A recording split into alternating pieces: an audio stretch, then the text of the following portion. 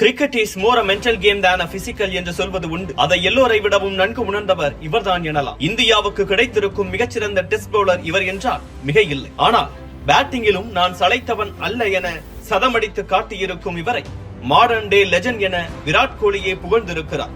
அவர்தான் ரவிச்சந்திரன் அஸ்வின்.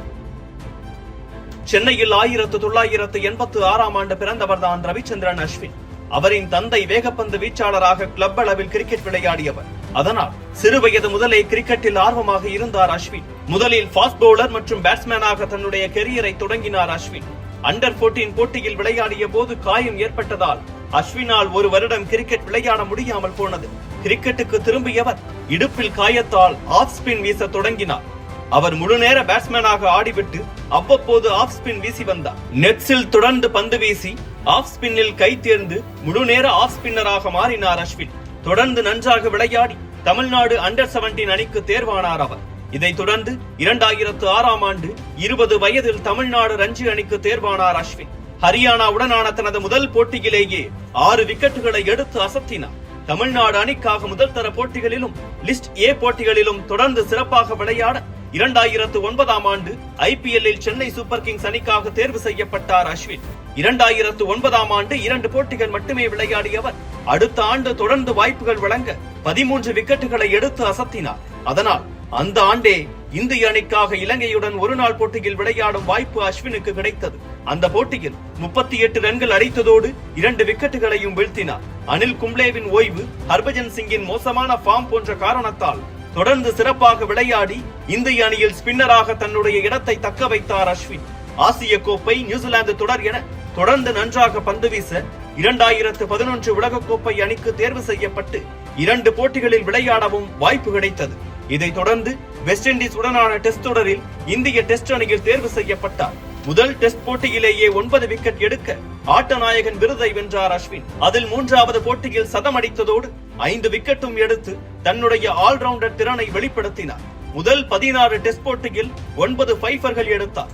அதிவேக 50 விக்கெட் எடுத்த இந்திய வீரர் என்ற சாதனையை படைத்தார். அப்போது அஸ்வினின் பக்கபலமாக நின்றார் தோனி. நான் பந்து வீசும் போது வழிகாட்டியதோடு முழு சுதந்திரமும் கொடுத்தார். நான் சிறந்த பவுலராக மாற இது முக்கிய காரணமாக அமைந்தது என தோனி குறித்து கூறியிருக்கிறார் அஸ்வின். ஆனால் அடுத்த ஆண்டில் தன்னுடைய ஃபார்மை இழந்து விக்கெட் எடுக்க மிகச் சிரமப்பட்டார். இதனால் 2014 மட்டும் 9க்கும் மேற்பட்ட டெஸ்ட் போட்டிகளில் வாய்ப்பு கிடைக்காமல் போனது. அதனால் இந்திய பவுலிங் பயிற்சியாளர் அருணின் மேற்பார்வையுடன் நெட்ஸில் பல மணி நேரம் பந்து வீசி தன்னுடைய பவுலிங் ஆக்ஷனை மாற்றினார். பவுலிங் ஆக்ஷனை மாற்றிய பிறகு ஆஸ்திரேலியாவுடன் விளையாடியது இந்தியா. இதில் முதல் போட்டியிலேயே 12 விக்கெட்டுகளை எடுத்தார் அஸ்வின். இந்த தொடரில் மட்டுமே 29 விக்கெட் எடுத்து தொடர் நாயகன் விருதையும் வென்றார். இந்தியா அந்த தொடரை கைப்பற்றியது. ஆக்ஷனை மாற்றிய பிறகு ஸ்ட்ரைக் ரேட் மற்றும் ஆவரேஜ் வெகுவாக குறைந்தது. 2015 உலகக்கோப்பையில் 8 போட்டிகளில் 13 விக்கெட்டுகளை எடுத்தார் அஸ்வின். டெஸ்டில் 2015 62 விக்கெட்டும் 2016 72 விக்கெட்டும் எடுத்து டெஸ்ட் தரவரிசையில் முதல் இடத்தை பிடித்தார் அஸ்வின்.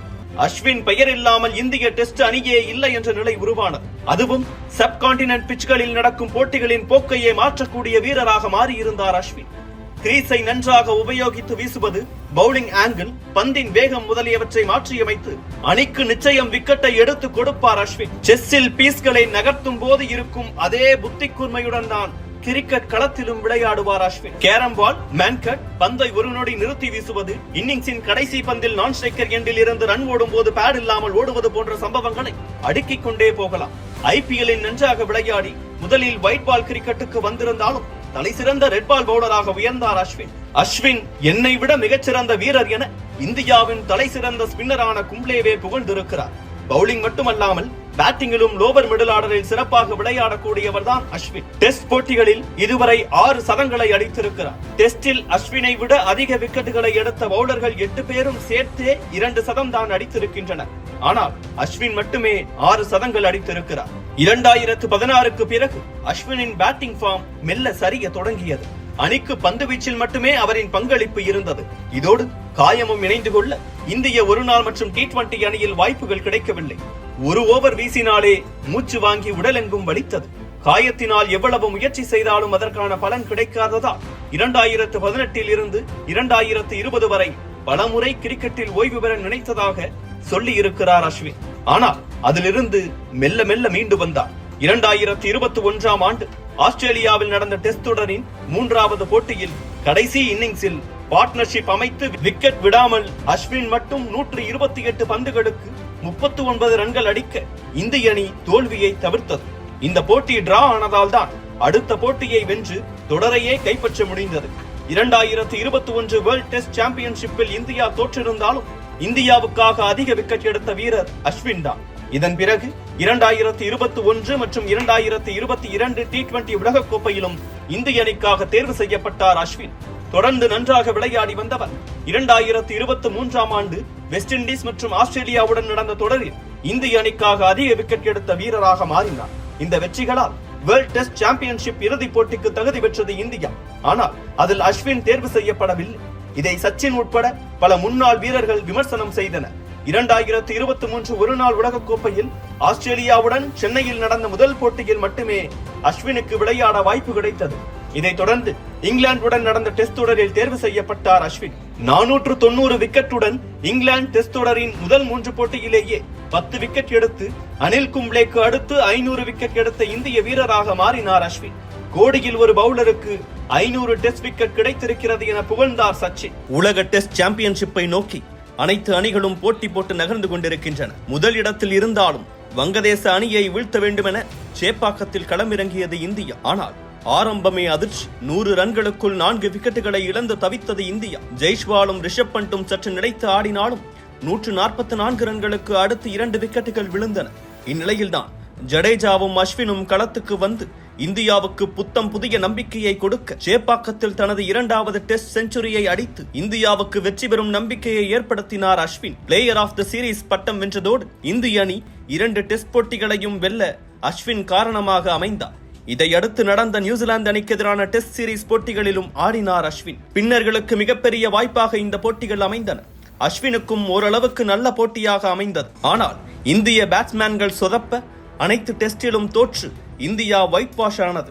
இருந்தபோதும் இந்தியாவின் WTC கனவு பெரிய அளவில் பாதிக்கப்படவில்லை. மிகப்பெரிய ஆறாத வடுவோடு உலகமே எதிர்பார்த்த பார்டர் கவாஸ்கர் டிராபியில் ஆட ஆஸ்திரேலியா சென்றது இந்திய அணி. அந்த அணியில் அஸ்வினுக்கும் இடம் கிடைத்தது. ஆனால் பெர்த்தில் நடந்த முதல் போட்டியில் ஆடிய 11 பேரில் அஸ்வினுக்கு இடம் கிடைக்கவில்லை. அந்த போட்டியில் இந்தியா வெல்லவே செய்தது. அடுத்து நடந்த பிங்க் பால் போட்டியில் அஸ்வினுக்கு வாய்ப்பளிக்கப்பட்டது.